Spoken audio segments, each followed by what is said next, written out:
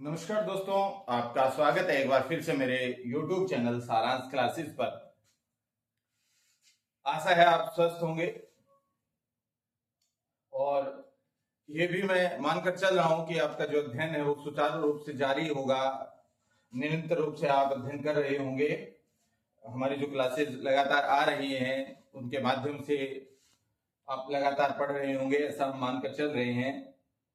कल जो हमारे क्लास हमने लगाई थी उसमें हमने देखा था कि कार्बन की कुछ विशेषताएं देखी थी और सहसंयोजी बंध देखा, और सहसंयोजी बंध के प्रकार हमने देख लिए थे कि एकल बंध होता है या द्विबंध होता है या त्रिबंध होता है। हाइड्रोजन में एकल बंध होता है, ऑक्सीजन में द्विबंध होता है क्योंकि दो इलेक्ट्रॉनों की साझेदारी होती है ऑक्सीजन के परमाणुओं के मध्य। नाइट्रोजन के जो परमाणु आपस में तीन तीन इलेक्ट्रॉनों की साझेदारी करती है, इसलिए नाइट्रोजन का जो अणु होता है उसमें त्रिबंध पाया जाता है। इसी प्रकार कल एक मेथेन का मैंने आपको बताया था जो अति महत्वपूर्ण है, मोस्ट इंपोर्टेंट है वो, कि कैसे उसमें कार्बन जो परमाणु उसकी जो चार संयोजकताएं होती हैं वो चार अलग अलग हाइड्रोजनों के इलेक्ट्रॉनों से साझेदारी करती हैं और एक CH4 मेथेन के अणु का क्या करती है, निर्माण करती हैं। यहां तक हमारी बातें हो गई थी। आज जो हम लेकर चले हैं वो है हमारा कार्बन के अपरूप। कार्बन के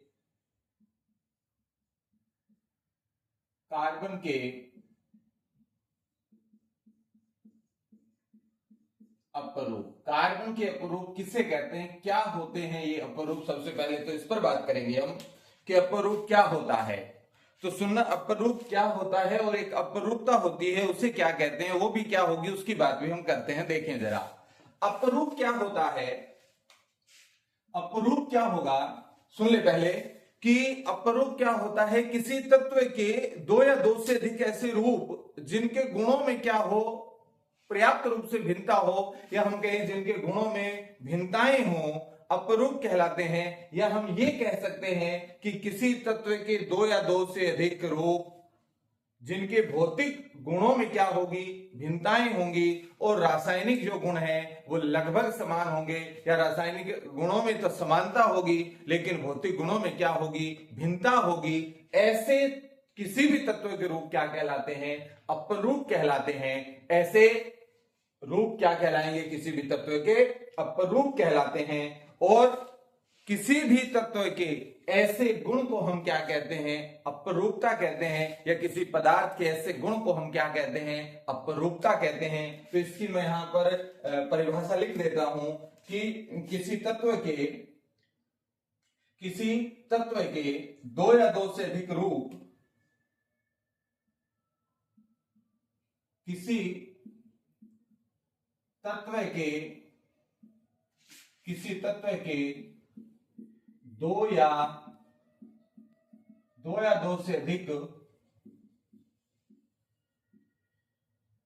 किसी तत्व के दो या दो से अधिक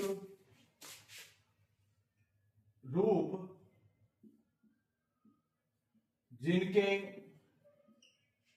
जिनके भौतिक गुणधर्म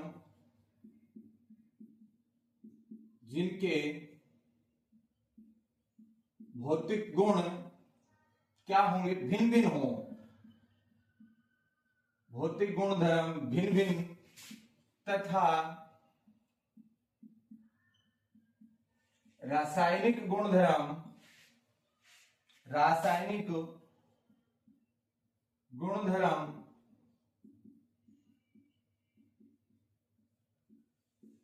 समान हो, क्या कहलाते हैं, अपरूप कहलाते हैं।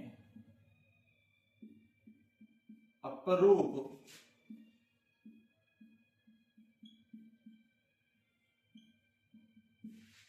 तथा इस गुण को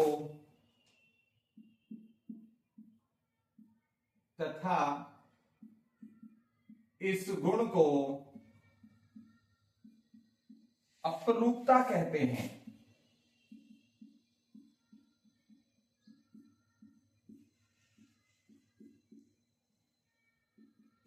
तथा इस गुण को क्या कहते हैं, अपरूपता कहते हैं। तो ये थी हमारी डेफिनेशन कि जिनके भौतिक गुणधर्म भिन्न भिन्न हो, भौतिक गुणधर्म असमान हो, अलग अलग हो, तथा उनके रासायनिक गुणधर्मों में समानता हो, क्या कहलाते हैं? अपरूप कहलाते हैं। और इस गुण को हम क्या कहते हैं? अपरूपता कहते हैं। तो ये था। अब हम बात करते हैं किसकी, कि कार्बन के क्या क्या अपरूप होते हैं, कार्बन के कितने अपरूप होंगे। तो उसकी यदि हम बात करें तो कार्बन के 2 अपरूप होते हैं। कार्बन के, अगर हम बात करें कार्बन के अपरूप की, कार्बन के जो अपरूप होंगे वो 2 प्रकार के होते हैं। कार्बन के अपरूप 2 प्रकार के होते हैं। एक होता है क्रिस्टलीय अपरूप, एक होता है क्रिस्टलीय अपरूप और एक होता है अक्रिस्टलीय अपरूप। अक्रिस्टलीय अपरूप, एक क्रिस्टलीय अपरूप और दूसरा अक्रिस्टलीय अपरूप। अब ये क्रिस्टलीय अपरूप क्या होगा और अक्रिस्टलीय अपरूप क्या होगा? क्रिस्टलीय अपरूप में भी क्रिस्टलीय अपरूप 3 होते हैं। एक हीरा आएगा हमारा, एक ग्रेफाइट आएगा और एक फुलरीन आएगा, एक फुलरीन आएगा। तो एक हीरा, ग्रेफाइट और फुलरीन अपरूप तो हैं, लेकिन कैसे हैं? क्रिस्टलीय अपरूप हैं। जबकि अक्रिस्टलीय जो अपरूप होते हैं उसमें आता है कोक, आता है काजल, आता है कोल, आता है जंतु चारकोल, एक जंतु चारकोल आता है और एक गैस कार्बन, काजल भी आ गया आपका।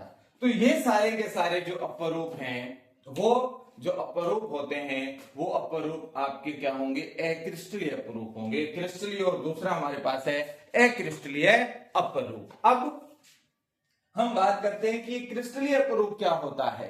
तो क्रिस्टलीय अपरूप की जो विशेषता होगी, इस क्रिस्टलीय अपरूप की विशेषता ये होगी कि इनकी जो ज्यामिति होती है, इनकी ज्यामिति निश्चित होती है, या इनके जो परमाणु होते हैं, इसमें जो इनकी संरचना होती है वो एक व्यवस्थित रूप में होती है। इसमें जो परमाणु होंगे वो एक निश्चित रूप से क्या होते हैं? व्यवस्थित होते हैं और एक निश्चित ज्यामिति का क्या करते हैं? निर्माण करते हैं। लेकिन अक्रिस्टलीय अपरूप में इनकी किसी की भी अगर हम ज्यामिति की बात करें तो इनकी ज्यामिति निश्चित नहीं होती है। यहां लिख देता हूं, ज्यामिति निश्चित नहीं होती, ज्यामिति निश्चित नहीं होती।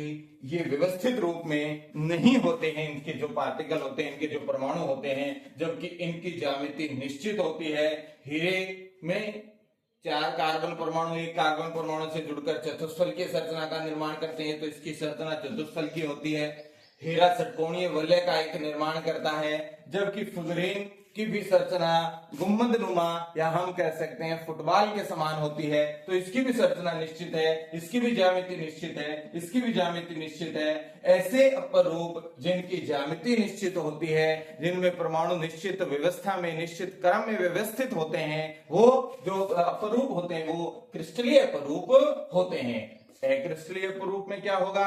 अक्रिस्टलीय अपरूप में इनकी ज्यामिति निश्चित नहीं होती। आप अगर देखें तो कोक, काजल, जंतु चारकोल, गैस कार्बन, ये सारे के सारे जितने भी आपके अपरूप हैं, इनकी संरचना या ज्यामिति निश्चित नहीं होती है, ये अक्रिस्टलीय अपरूप कहलाते हैं। तो ये थे हमारे कार्बन के अपरूप और उसके प्रकार। अपरूप किसे कहते हैं? किसी तत्व के 2 या 2 से अधिक रूप जिनके भौतिक गुणधर्म तो समान हो, भौतिक गुणधर्म तो अलग अलग हो लेकिन रासायनिक गुणधर्म समान हो, ऐसे रूप किसी भी तत्व के क्या कहलाते हैं? अपरूप कहलाते हैं। और इस गुण को क्या कहते हैं? अपरूपता कहते हैं। इस गुण को क्या कहते हैं? अपरूपता कहते हैं। अब हमने देख लिया कार्बन के अपरूप दो प्रकार के, क्रिस्टलीय अपरूप और दूसरा अक्रिस्टलीय अपरूप।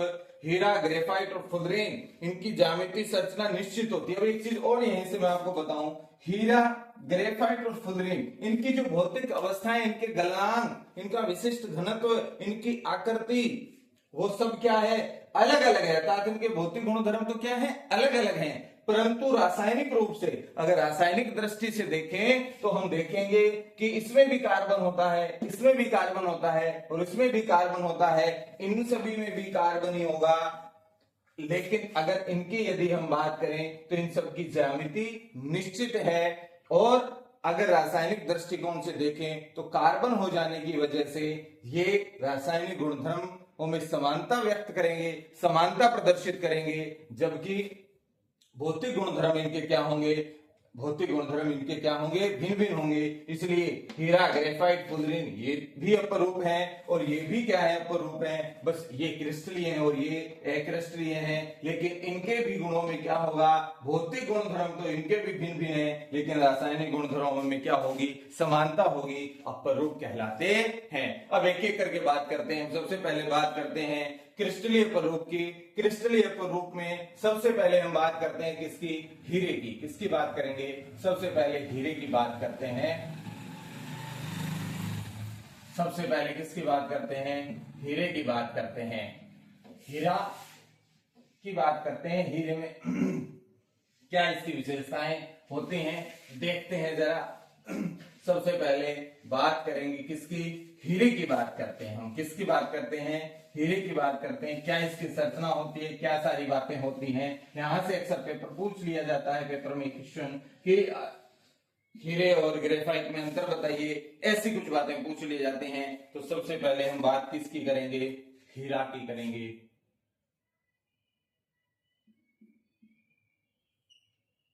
अब हीरे की बात करते हैं। हमारा सबसे पहला भी कैसा है, क्रिस्टलीय अपरूप है। कैसा अपरूप है, क्रिस्टलीय अपरूप है। इसकी ज्यामिति क्या होती है, निश्चित होती है। तो सबसे पहले इसकी एक विशेषता मैं लिख देता हूं यहां कि यह कार्बन का अतिशुद्ध रूप है। कार्बन का क्या है, अतिशुद्ध रूप है। इसका मतलब कार्बन पूर्ण रूप से शुद्धता के साथ इसमें होता है, ये कार्बन का अतिशुद्ध रूप है। दूसरी बात, दूसरी क्या विशेषता होगी इसमें कि इसमें क्या होगा, जो हीरा में या हीरे में एक जो कार्बन परमाणु है, एक जो कार्बन परमाणु होगा वो क्या होगा, चार अन्य कार्बन परमाणुओं से, चार अन्य कार्बन परमाणुओं से,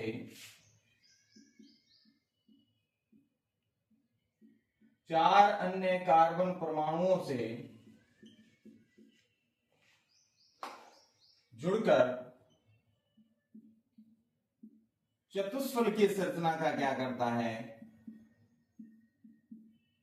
चतुष्फलकीय संरचना का निर्माण करता है। एक जो कार्बन परमाणु होगा वो क्या होगा, चार अन्य कार्बन परमाणुओं से जुड़ेगा और एक चतुष्फलकीय संरचना का क्या करता है, निर्माण करता है। अगर हम इसकी कुछ संरचना बनाकर देखें तो कुछ इस प्रकार से होगी। ये कार्बन परमाणु है,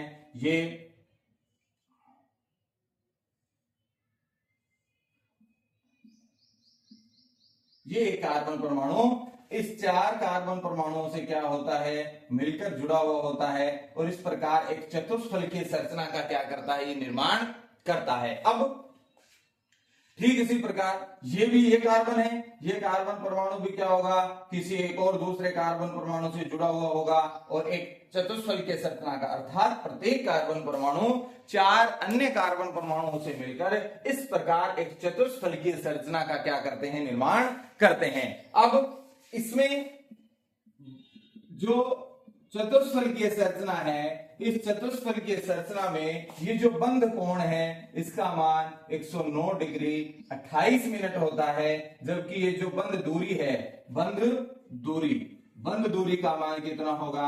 हमने एक बार पहले भी आपको बताया था कि बंध जो दूरी होती है वो बंध दूरी का मान कितना होगा? 1.54 एंगस्ट्रॉम, या इसको हम क्या लिख सकते हैं? 154 पीएम अर्थात पिकोमीटर भी लिख सकते हैं। ये इसके बंध दूरी का क्या होता है? मान होता है। तो संरचना की यदि बात करें तो एक कार्बन परमाणु इस प्रकार से 4 अन्य कार्बन परमाणुओं से जुड़कर मिलकर एक चतुष्फलकीय संरचना का निर्माण करता है। कार्बन अतिशुद्ध रूप है, इसके बंध कोण का मान 109 डिग्री 28 मिनट, और बंध दूरी अर्थात हीरे में जो कार्बन परमाणुओं के बीच जो बंध कोण होगा, जो कोण बनेगा, जिसको बंध कोण हमने पहले भी बात की थी, बंध कोण का मान 109 डिग्री 28 मिनट, और कार्बन कार्बन परमाणुओं के मध्य जो बंध दूरी होती है उसका मान 1.54 एंगस्ट्रॉम या फिर 154 पिकोमीटर होता है। एक बात और सुने कि चूंकि कार्बन में ये जो सहसंयोजी, क्योंकि इलेक्ट्रॉनों की किससे बन रहा है? सहज बंध से बन रहा है, तो हम ये कह सकते हैं कि यहां एक कार्बन परमाणु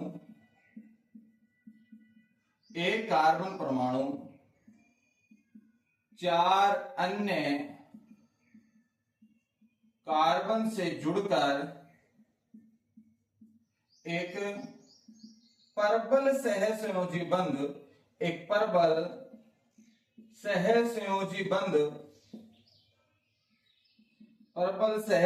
बंध का निर्माण करता है।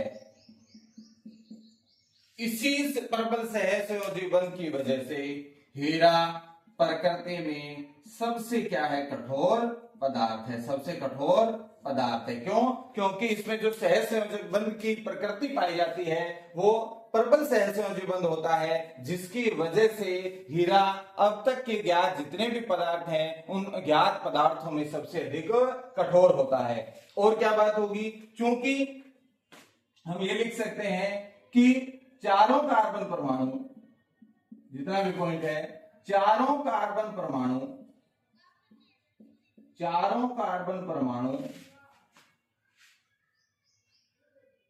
या हम ये लिख सकते हैं कि एक कार्बन परमाणु 4 कार्बन परमाणुओं से जुड़कर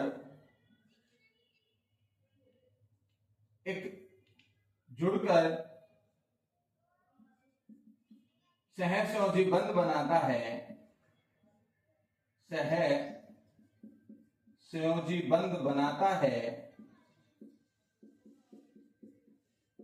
सहसंयोजी बंध बनाता है। इसलिए इसके पास कोई भी इलेक्ट्रॉन मुक्त नहीं होता। चारों जो इस कार्बन की संयोजकताएं हैं वो इसकी पूरी होती हैं, इसलिए इसके पास कोई भी इलेक्ट्रॉन मुक्त नहीं है। और जब इसके पास इलेक्ट्रॉन मुक्त नहीं होगा तो यह विद्युत का क्या होता है? विद्युत का कुचालक होता है। विद्युत का क्या होता है? कुचालक होता है। अर्थात कार्बन विद्युत का क्या है? कुचालक है, क्योंकि इसके पास कोई भी इलेक्ट्रॉन मुक्त अवस्था में नहीं पाया जाता। प्रबल सहसंयोजी बंध है, इसकी वजह से हीरा क्या होता है? सबसे कठोर पदार्थ होता है। और क्या होता है कि हीरा जो है वो कोयले की जो परत होती हैं उन कोयलों की परतों के नीचे दबा होता है। अत्यधिक दबाव हो जाने की वजह से कोयले की चट्टानों के कोयलों की जो परत होती है उन परत के नीचे दबा हो जाने की वजह से, दबाव अधिक हो जाने की वजह से हीरा का कैसा होता है? यह पारदर्शक होता है। यह कैसा होता है? पारदर्शक होता है। क्या होता है? ये पारदर्शक होता है। कैसा होता है? ये पारदर्शक होता है। कैसा होता है? पारदर्शक होता है। कैसा होता है? पारदर्शक होता है। तो ये किससे संबंधित बातें थी? हीरे से संबंधित बातें थी। क्या क्या विशेषताएं होती हैं हीरे की? नंबर 1, कार्बन का अति शुद्ध रूप है। दूसरा, इसकी जो संरचना होती है, इसमें क्या होगा कि एक जो कार्बन परमाणु है वो 4 अन्य कार्बन परमाणुओं से जुड़कर एक चतुष्फलकीय संरचना का क्या करता है? निर्माण करता है। दूसरी बात, इसके बंध कोण का मान कितना होता है? इसमें कार्बन कार्बन के मध्य जो कोण बनता है, जिसे बंध कोण कहते हैं, उसका मान 109 डिग्री 28 मिनट होता है। बंध दूरी कितनी होती है? 1.54 एंगस्ट्रॉम या फिर 154 पिकोमीटर होता है। एक बात और कि यहां पर जो कार्बन परमाणु है वो दूसरे कार्बन परमाणु से जुड़कर एक सहसंयोजी बंध बनाने की क्या पाई जाती है? इसमें प्रवृत्ति पाई जाती है। हम कह सकते हैं कि हीरे में एक कार्बन परमाणु 4 अन्य कार्बन परमाणुओं से साझेदारी करता है और इसी वजह से इसके मध्य, या हम कह सकते हैं कि हीरे में प्रबल सहसंयोजी बंध पाया जाता है, जिसकी वजह से हीरा सबसे कठोर पदार्थ होता है। उसके बाद हीरे को कार्बन की चट्टानों से, कोयले की चट्टानों से प्राप्त किया जाता है। इसकी चट्टानों में अधिक दाब लगने की वजह से हीरा कैसा प्राप्त होता है? पारदर्शक प्राप्त होता है। हीरा कैसे प्राप्त होता है? पारदर्शक प्राप्त होता है। और चूंकि हीरे एक में जो कार्बन परमाणु होता है, या जो कार्बन परमाणु हो, वो चतुसंयोजी होने की वजह से, इसकी संयोजकता 4 होने की वजह से, जो चारों के साथ ये क्या करता है, एक चार्ज जो इसके पास इलेक्ट्रॉन है उसके साथ दूसरे परमाणु से जो साझेदारी करता है, तो इसकी वजह से साझेदारी करने की वजह से या प्रबल सहसंयोजी बंध हो जाने की वजह से क्या होता है कि इस कार्बन के पास, हीरे के पास कोई भी इलेक्ट्रॉन मुक्त अवस्था में नहीं होता। सारों में एक कार्बन है, उसकी 4 संयोजकता है, तो उससे चारों से क्या जुड़े हुए हैं? कार्बन जुड़े हुए हैं। तो कोई भी इलेक्ट्रॉन मुक्त अवस्था में नहीं मिलता, और मुक्त अवस्था में जब नहीं मिलेगा तो ये विद्युत का क्या होगा? कुचालक होता है। विद्युत का कैसे क्या होता है? कुचालक होता है। तो ये सारी बातें किससे संबंधित थी? हीरे से संबंधित थी कि हीरे में ये सारी क्या होती हैं? विशेषताएं होती हैं। एक बात और लिख सकते हैं यहां कि हीरे के चमकने का कारण, हीरे के चमकने का कारण कि यह पूर्ण आंतरिक परावर्तन की घटना को प्रदर्शित करता है। पूर्ण आंतरिक, बताएंगे आपको जो प्रकाश वाला चैप्टर कराऊंगा कि पूर्ण आंतरिक परावर्तन क्या होता है, कि पूर्ण आंतरिक परावर्तन के कारण हीरा क्या होता है? चमकता है। इस घटना को जब वो करता है तो इसी की घटना की वजह से, पूर्ण आंतरिक परावर्तन की वजह से हीरे में क्या आती है? चमक आती है। तो ये था हमारा किससे संबंधित बात? हीरे से संबंधित बात, कि हीरे में ये होता है। ये सारी बातें हमने हीरे से संबंधित देख ली। हीरे के उपयोग की यदि हम बात करें तो उपयोग कहां लिखे? इसके उपयोग में, चलो इसको रफ कर देता हूं। हीरे के यदि उपयोग लिखे हम, तो हीरे के उपयोग में क्या लिख सकते हैं कि हीरे का जो उपयोग होगा उसमें क्या लिखेंगे हम कि एक तो हीरे का हमें पता ही है, सबसे अच्छा उदाहरण तो यही है कि हीरे का जो उपयोग है वो आभूषणों को बनाने में किया जाता है। कीमती रत्न और आभूषण बनाने में इसका क्या किया जाता है? उपयोग किया जाता है। कीमती होने की वजह से या इसमें चमक होने की वजह से इसका उपयोग कहां किया जाता है? आभूषण बनाने में इसका उपयोग किया जाता है।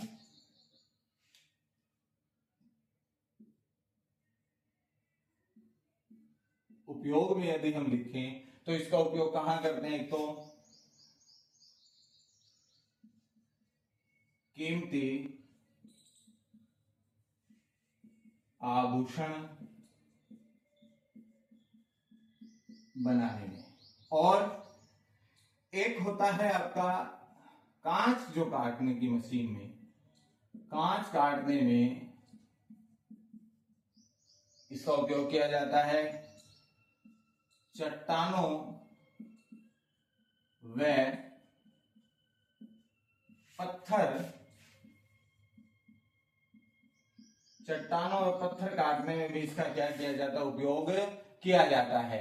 चट्टानों और पत्थर काटने में भी इसका उपयोग किया जाता है। एक मशीन आती है जिसको शो मशीन कहते हैं। उस शो मशीन में क्या किया जाता है? ये लगा हुआ होता है हीरा कटर के रूप में, तो वहां इसका उपयोग करते हैं। और एक फोनोग्राम होता है। क्या होता है? एक फोनोग्राम ग्राम। एक उपकरण है फोनोग्राम। फोनोग्राम की एक सुई होती है, उस सुई बनाने में, फोनोग्राम की सुई बनाने में। ये फोनोग्राम क्या होता है?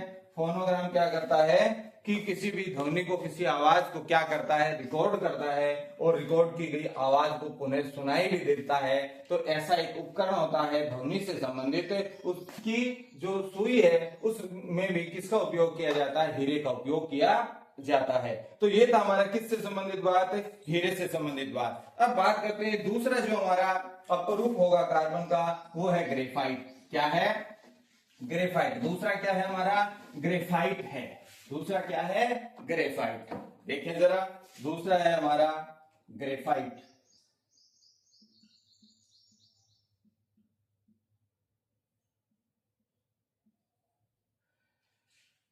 ग्रेफाइट जो है वो ग्रेफो शब्द से मिलकर बना है। किससे बना है? ग्रेफो शब्द से। ग्रेफाइट शब्द किससे मिलकर बना है? ग्रेफो शब्द से मिलकर बना है, और इसका अर्थ होता है लिखना। इसका अर्थ क्या होता है? लिखना होता है। जो पेंसिल हमारी होती हैं, पेंसिल देखिए, नटराज की पेंसिल है, जो भी पेंसिल आप यूज करते हो, उस पेंसिल में जिससे आप लिखते हो, काला काला रंग का एक धूसर सा पदार्थ होता है जो चिकना भी होता है। तो वो जो काले रंग का एक धूसर पदार्थ होता है जिससे हम लिखते हैं, वो आपका क्या होता है? ग्रेफाइट होता है। तो ग्रेफाइट ग्रेफो शब्द से मिलकर बना है, जिसका अर्थ होता है लिखना। जिसका अर्थ क्या होता है? लिखना। पहले इस ग्रेफाइट को शीशे का स्वरूप माना जाता था।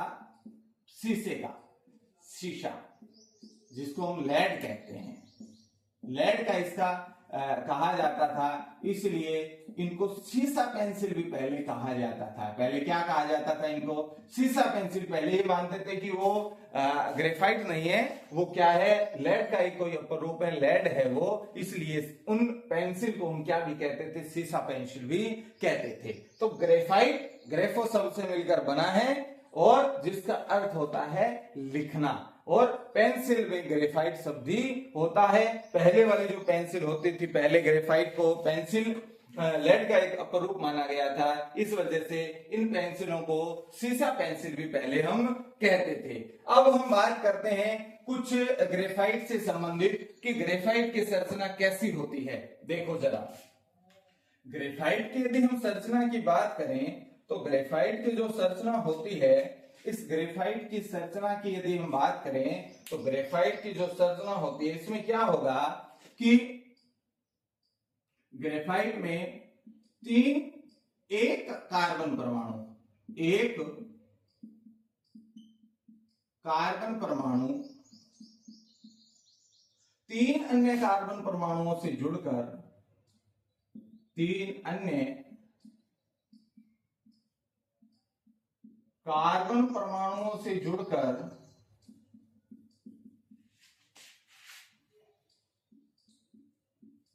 षटकोणीय वलय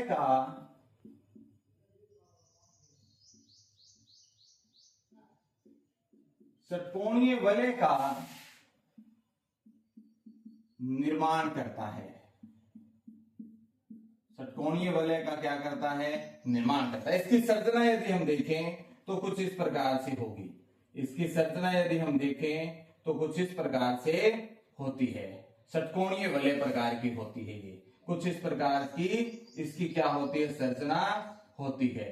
कुछ इस प्रकार से इसकी क्या होती है? संरचना होती है। षटकोणीय वलय का क्या करते हैं? ये निर्माण करते हैं। कुछ इस प्रकार की इसकी क्या होगी? संरचना होगी। षटकोणीय वलय का निर्माण करते हैं। और इसमें एक बात और हम देखेंगे, षटकोणीय वलय का क्या करते हैं? निर्माण करते हैं। इन के मध्य जो सहसंयोजी बंध होगा, जो सहसंयोजी बंध होता है, वो सहसंयोजी बंध कैसा होता है? दुर्बल होता है। कैसा होता है? दुर्बल होता है। और कार्बन परमाणुओं के बीच में ये जो दूरी आप देख रहे हो, ये दूरी भी क्या होती है?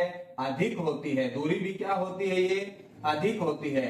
इस दूरी अधिक हो जाने की वजह से, दूरी अधिक हो जाने की वजह से क्या होता है कि एक तो दूरी अधिक है और कार्बन के बीच क्या है, ये दुर्बल बंध है। इसकी वजह से ये आसानी से एक दूसरे के ऊपर क्या हो जाते हैं, फिसल जाते हैं। ये एक दूसरे के ऊपर दुर्बल बंध है, दुर्बल बंध व दूरी अधिक हो जाने की वजह से, दूरी अधिक है, इस दूरी अधिक होने से क्या होता है कि ये दूरी जब अधिक हो जाएगी तो क्या होगा कि इनकी जो परत है, ये वाली परत और ये वाली परत, ये एक दूसरे के ऊपर क्या हो जाती है, इनकी परत फिसल जाती हैं। एक दूसरे के ऊपर क्या हो जाती हैं, फिसल जाती हैं। क्या हो जाती हैं, एक दूसरे के ऊपर फिसल जाती हैं। इसी वजह से इसका उपयोग शुष्क स्नेहक के रूप में भी हम करते हैं। स्नेहक का मतलब चिकना पदार्थ, स्नेहक का मतलब जब फिसल जाए, तो शुष्क स्नेहक के रूप में इसका क्या करते हैं, उपयोग करते हैं। दूसरा,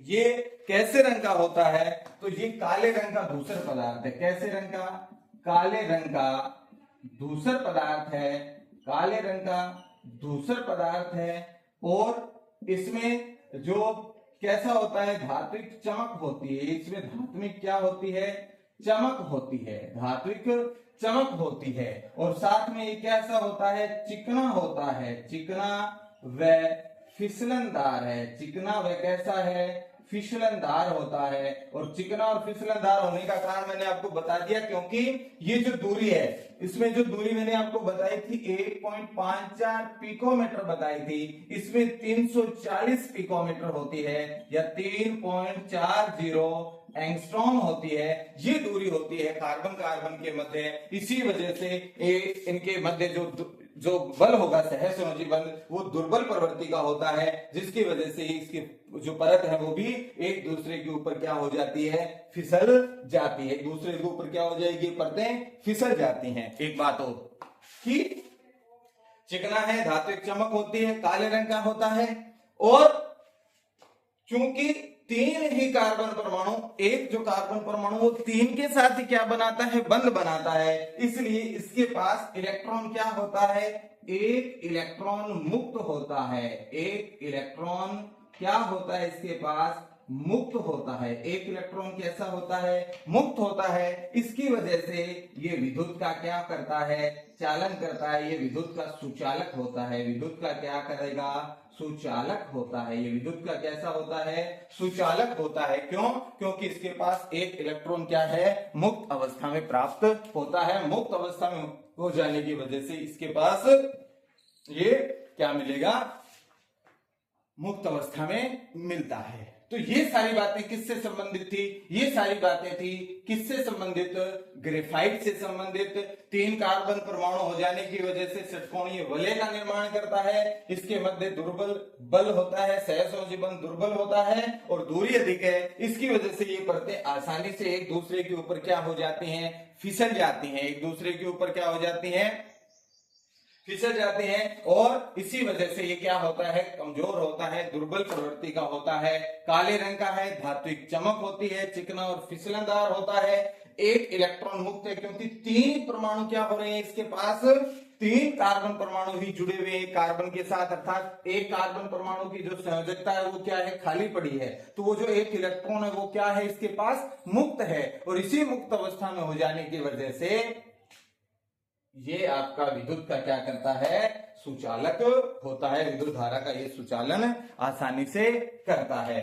अब यदि हम इसके उपयोग देखें तो इसका उपयोग कहां कहां होता है, तो इसके उपयोग की यदि हम बात करें तो इसके उपयोग को देखें जरा। बातें समझ रहे हो ना, कि सहसंयोजी बल दुर्बल है इसके मध्य और दूरी अधिक है, इसकी वजह से आसानी से एक दूसरे के ऊपर क्या हो जाते हैं, फिसल भी जाते हैं। और इसकी जो संरचना होती है वो षटकोणीय वलय होती है। कैसी संरचना है इसकी, षटकोणीय वलय का निर्माण करते हैं। जबकि कार्बन की जो संरचना थी वो कैसी थी, उसकी ज्यामिति कैसी थी, चतुष्फलकीय उसकी संरचना थी, उसकी ज्यामिति चतुष्फलकीय थी। अब एक बात और, इसके उपयोग की यदि हम बात करें कि इसके क्या क्या उपयोग हो सकते हैं, तो उसके उपयोग की यदि बात करें तो सबसे पहले तो इसका उपयोग कहां किया जाएगा, पेंसिल बनाने में इसका उपयोग किया जाता है। कहां करते हैं, सबसे पहले इसका उपयोग करते हैं हम पेंसिल बनाने में। कहां करते हैं,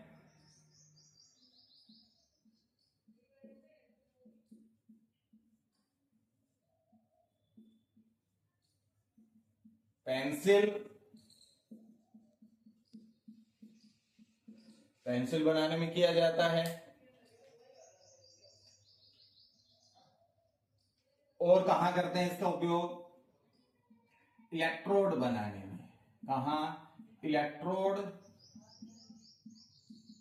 इलेक्ट्रोड देखे ना, जब हम किसी भी विलयन में विद्युत धारा प्रवाहित करते हैं तो दो इलेक्ट्रोड होते हैं, जिसका में से एक इलेक्ट्रोड आपका कैथोड होता है और दूसरा क्या होता है? एनोड होता है। तो वो आपके इलेक्ट्रोड जो होते हैं, उन्हीं इलेक्ट्रोड को बनाने में किसका उपयोग किया जाता है?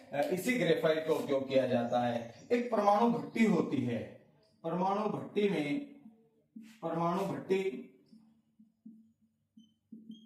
में मंदक के रूप में ये क्या करता है? ग्रेफाइट का उपयोग परमाणु जो भट्टी होती है या जो परमाणु भट्टियां होती हैं, जहां पर हम परमाणु बम का विस्फोट कराकर ऊर्जा प्राप्त करते हैं, तो उन परमाणु भट्टियों में मंदक के रूप में, अर्थात उसको कंट्रोल करने का ये क्या करती हैं? कार्य करती हैं। और इसका उपयोग शुष्क स्नेहक के रूप में, चिकना होता है इसलिए इसका उपयोग शुष्क स्नेहक के रूप में किया जाता है। और एक लोहे की वस्तुओं पर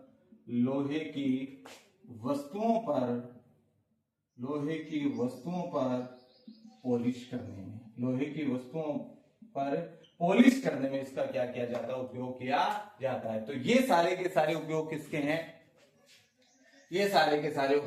हैं? हमने देख लिए, ये ग्रेफाइट के उपयोग हैं। किसके उपयोग हैं? ग्रेफाइट के। एक तीसरा और आता है हमारे पास, फुलरीन। तीसरा हमारे पास क्या है? फुलरीन है। क्या है तीसरा? फुलरीन। हम फुलरीन पर भी बात कर लेते हैं कि फुलरीन क्या होता है। फुलरीन के बारे में भी थोड़ा सा देख लेते हैं।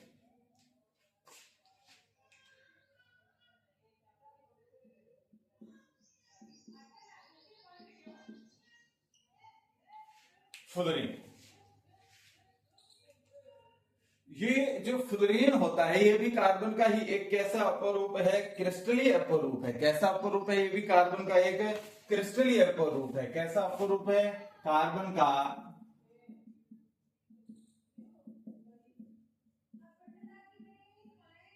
क्रिस्टलीय अपरूप है। कार्बन का कैसा अपरूप है? क्रिस्टलीय अपरूप है। इसमें क्या होता है? इस फ्लोरीन की खोज बंकमिस्टर